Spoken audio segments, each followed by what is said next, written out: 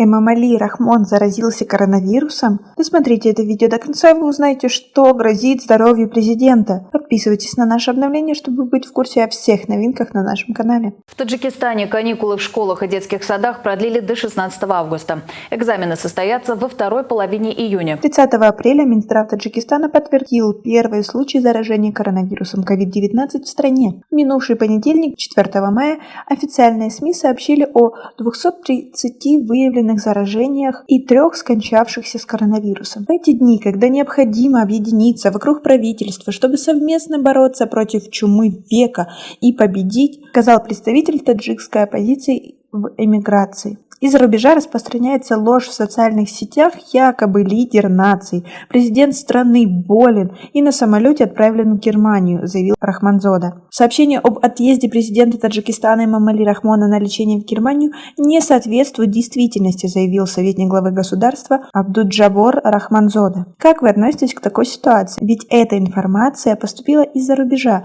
Не скрывает ли что-то вновь? Свои ответы пишите нам в комментарии под этим видео. После признания властями наличия коронавируса в стране, местных жителей на улицах столицы стало меньше, но не намного. И выходят в город не только госслужащие и те, кто вынужден это делать по работе, но и простые таджикистанцы. Рахмон находится на своем рабочем месте, заявил Рахманзода. Напомним, накануне стало известно, что жители Таджикистана раскупили сразу по всей стране большинство противовирусных препаратов. Лекарства не только исчезли с полок аптек, но и цены на них выросли в 2-3 раза после того, как власти республики официально объявили о наличии коронавирусной инфекции в стране. В настоящее время общее число заболевших COVID-19 в республике составляет больше 230 человек.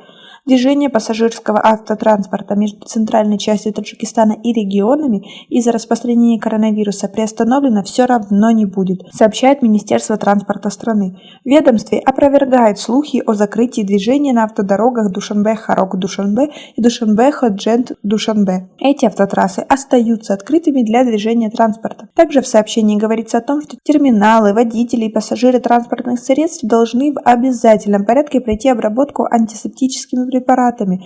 В ведомстве подчеркнули, что водители ежедневно проходят медицинское обследование, получая от врачей все необходимые рекомендации. Помимо этого, водители авто, а также пассажиры обязаны носить медицинские маски. Пока особых карантинных мер не вводится, но непонятно, хорошо это или плохо, ведь в других странах сразу же вводился карантин, и таким образом они могли избежать массового заражения. Опять власти будут тянуть до последнего, но будем надеяться на лучшее. В целом, к сожалению, мы уже потеряли много жизни, уже потеряли много времени, когда была вся эта неопределенность, есть ли в коронавирус в Таджикистане, нет ли ее. Но если подобную недальновидную политику будут вести и дальше, то, к сожалению, я боюсь, что нужно будет готовиться к самым худшим последствиям, сценариям. На этом у нас все. Просим вас оценить наше видео подпиской и лайком. Также у нас есть специальное предложение для тех, кто заинтересован в продвижении своего продукта. Мы предоставляем рекламу на очень выгодных условиях. Подробности будут под видео или же в шапке профиля. До скорой встречи. Берегите себя и своих близких.